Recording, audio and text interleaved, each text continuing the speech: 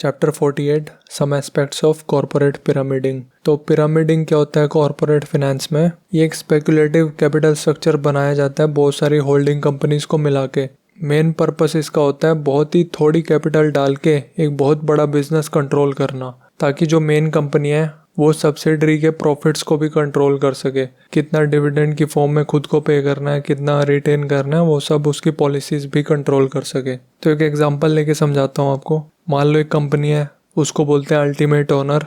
वो 35% ओन करती है कंपनी ए में, और कंपनी ए 34% ओन करती है कंपनी बी में, और कंपनी बी 62.4% ओन करती है कंपनी सी में। अल्टीमेट ओनर का कंपनी ए में कंट्रोलिंग इंटरेस्ट है तो वो इसके डिसीजन लेगा, और कंपनी बी में कंपनी ए का कंट्रोलिंग इंटरेस्ट है तो कंपनी ए कंपनी बी के लिए डिसीजन लेगा, और कंपनी सी में कंपनी बी का कंट्रोलिंग इंटरेस्ट है तो कंपनी बी कंपनी सी के डिसीजंस लेगा। तो जो अल्टीमेट ओनर है वो कंपनी सी को कंट्रोल कर रहा है इनडायरेक्टली, जबकि उसकी एक्चुअल ओनरशिप कितनी है? 35% इंटू 34% इंटू 62.4%।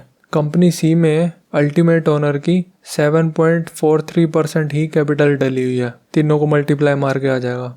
यानी कि अगर कंपनी सी की वर्थ है $10 मिलियन, तो जो अल्टीमेट ओनर है वो 7.3% पैसा डाल के, यानी कि $743,000 कंपनी सी में डाल के कंपनी सी को कंट्रोल कर सकता है। तो इतनी कम कैपिटल से वो $10 मिलियन की कंपनी को कंट्रोल कर रहा है। इसका ऑथर एक एग्जांपल देते हैं। वैन स्वेरिंगन पिरामिड नाम की कंपनी थी जिसने ऐसे होल्डिंग स्ट्रक्चर क्रिएट कर करके एक रेल रोड एम्पायर खड़ा कर दिया था 1916 से 1930 के बीच में। और ऐसे ही एक और एग्जांपल था रॉक आइलैंड कंपनी का 1902 से 1915 के बीच में। ये भी रेल रोड कंपनीज का एम्पायर था। 1914 में इंटरस्टेट कॉमर्स कमीशन ने इंक्वायरी बिठाई थी इस कंपनी में। 1915 में रॉक आइलैंड कंपनी बैंकरप्ट हो गई थी, और ऐसे ही 1930 में कांग्रेस ने इन्वेस्टिगेशन बिठाई थी वैन स्वेरिंगन कंपनी में। तो ऑथर ये बताना चाह रहे हैं फाइनेंशियल कम्युनिटी में मेमोरी होती है वो शॉर्ट लिव्ड होती है, तभी हर 10 साल बाद क्रैश हो जाता है, ऐसा कुछ हो जाता है। तो क्या नुकसान है कॉर्पोरेट पिरामिडिंग के? इसके 4 नुकसान है। पहला यह है कि जो सिक्योरिटीज क्रिएट की जा रही हैं और बेची जा रही है इन्वेस्टर्स को, वो साउंड नहीं है। और दूसरा, जो कॉमन स्टॉक है इन होल्डिंग कंपनीज की, उनमें बहुत ज़्यादा स्पेकुलेशन होती है।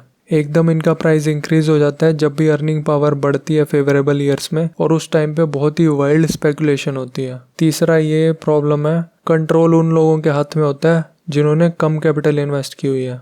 और चौथा, ये गलत फाइनेंशियल एक्टिविटीज़ को बढ़ावा देता है, जैसे अर्निंग्स बढ़ा चढ़ा के दिखा दी, डिविडेंड बढ़ा चढ़ा के दिखा दिया, बुक वैल्यू ज़्यादा ही दिखा दी, जिसकी वजह से और ज़्यादा स्पेकुलेशन और मार्केट मैनिपुलेट हो। पहले 3 तो क्लियर हैं, 4th वाला कैसे होता है वो थोड़ा डिस्कस कर लेते हैं। जैसे हमने बोला, अर्निंग्स को बढ़ा चढ़ा के दिखा देते हैं।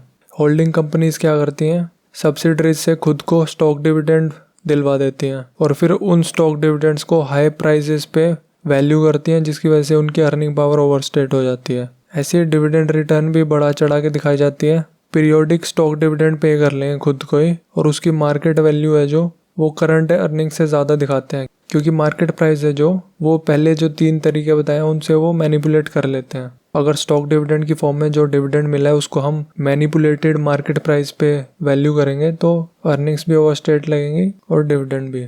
और फिर बुक वैल्यू को भी बढ़ा चढ़ा के दिखाते हैं। वो इसलिए क्योंकि जो होल्डिंग कंपनी है वो ज़्यादातर शेयर्स होल्ड करती है सब्सिडरी में, और सब्सिडरी के बहुत ही छोटा पार्ट शेयर्स का मार्केट में ट्रेड होता है, जिसको बहुत ही इजीली मैनिपुलेट किया जा सकता है। तो जो मार्केट में ट्रेड हो रहे हैं उनका जो हाई मार्केट प्राइस दिखता है उसके बेसिस पे बुक वैल्यू डिसाइड हो जाती है, क्योंकि होल्डिंग कंपनी की वैल्यू क्या होगी? जो सब्सिडरीज की वैल्यू होगी उन सबको ऐड करके। और सब्सिडरी में मेजर तो इन्होंने ही होल्डिंग की हुई है, उसका छोटा पार्ट लिस्टेड है जो उसका प्राइस मैनिपुलेट कर चुके हैं।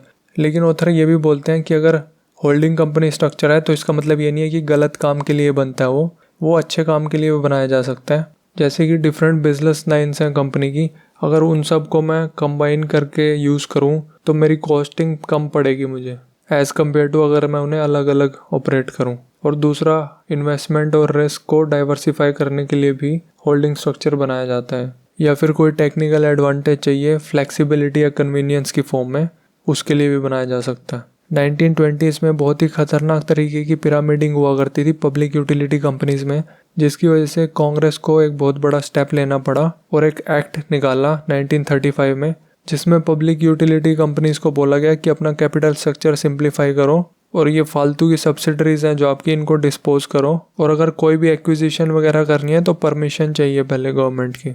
फिर उधर फाइनली बोलते हैं कि जो इंडस्ट्रियल्स हैं उनमें आज तक ऐसा कुछ देखने को नहीं मिला है, ये सब रेल रोड और यूटिलिटी कंपनीज में देखने को मिला है कॉरपोरेट पिरामिडिंग जो है। बट इसका मतलब ये नहीं है कि फ्यूचर में नहीं होगा, ये फ्यूचर में हो सकता है, तो इन्वेस्टर चौकन्ना रहे।